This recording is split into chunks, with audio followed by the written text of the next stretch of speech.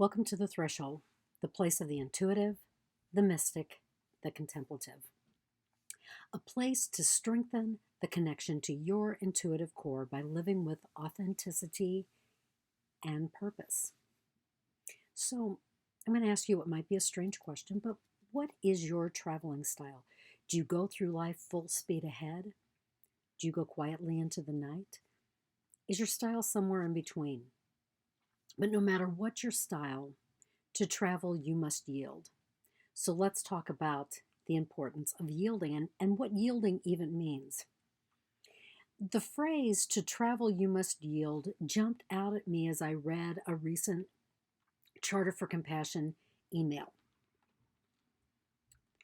It spoke of the ways that one must travel a one-way road or one-way lane that was open to two-way traffic. I have to admit I was intrigued by this saying.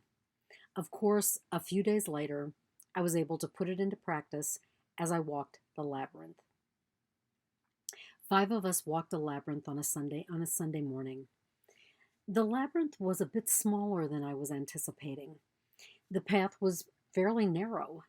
The border between the lanes in the path was even narrower. And as I walked, I really began to understand the saying, "To travel, you must yield." Now, let me say that I've always been a bit non-bending. I would even say rigid when I walk the labyrinth. I never deviate from the path. To step anywhere other than the walkway, well, that just wasn't going to happen for me. But my strict adherence to staying on the path wasn't possible that early morning. I had to be flexible and communal in my walk. I found myself stepping onto the borders and sometimes onto a part of the path that was going in the opposite direction. Yet I never lost sight of the path that led me to the center of the labyrinth. Instead of being frustrated, I chuckled. I recognized that my walk really mimicked the way I journeyed through life. Maybe I find myself in the weeds or get turned around, but I always return to the path, better for the experience of the weeds or being turned around. Now, I don't think I've mentioned this, but when I get to the center of the labyrinth, there's always a message waiting for me. Well, that message arrived earlier in this walk.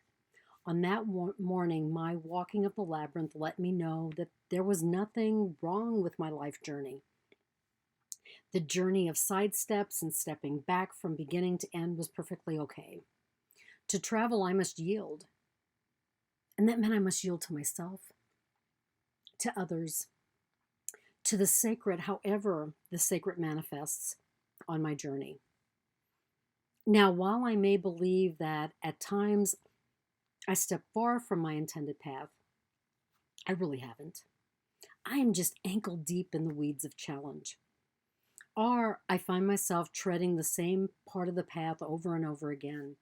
But the weeds, the deviation from my forward movement, all of that's necessary to bring me exactly where I need to be in this moment and in the moments that follow.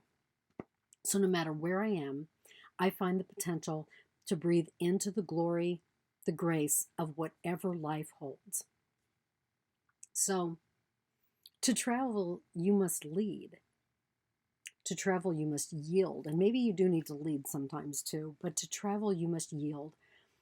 For it is in the yielding that the wonders of life really happen. And in the yielding, we find those moments to breathe, to look deeply into the shadows of ourself, and to understand that life is lived in those moments when we walk the path that brings us closer to who we are, that brings us closer to the home of ourself. So I want to thank you for watching this video. If you like it, give it a thumbs up, share it with your friends. Spend some time reflecting on that. To travel, you must yield.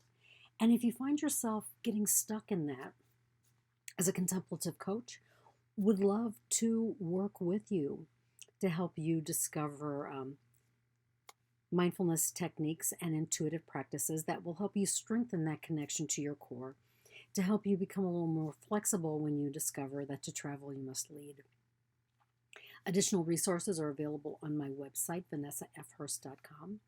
And what I would say to you that no matter what you do, live your life knowing that to travel you must yield. Namaste.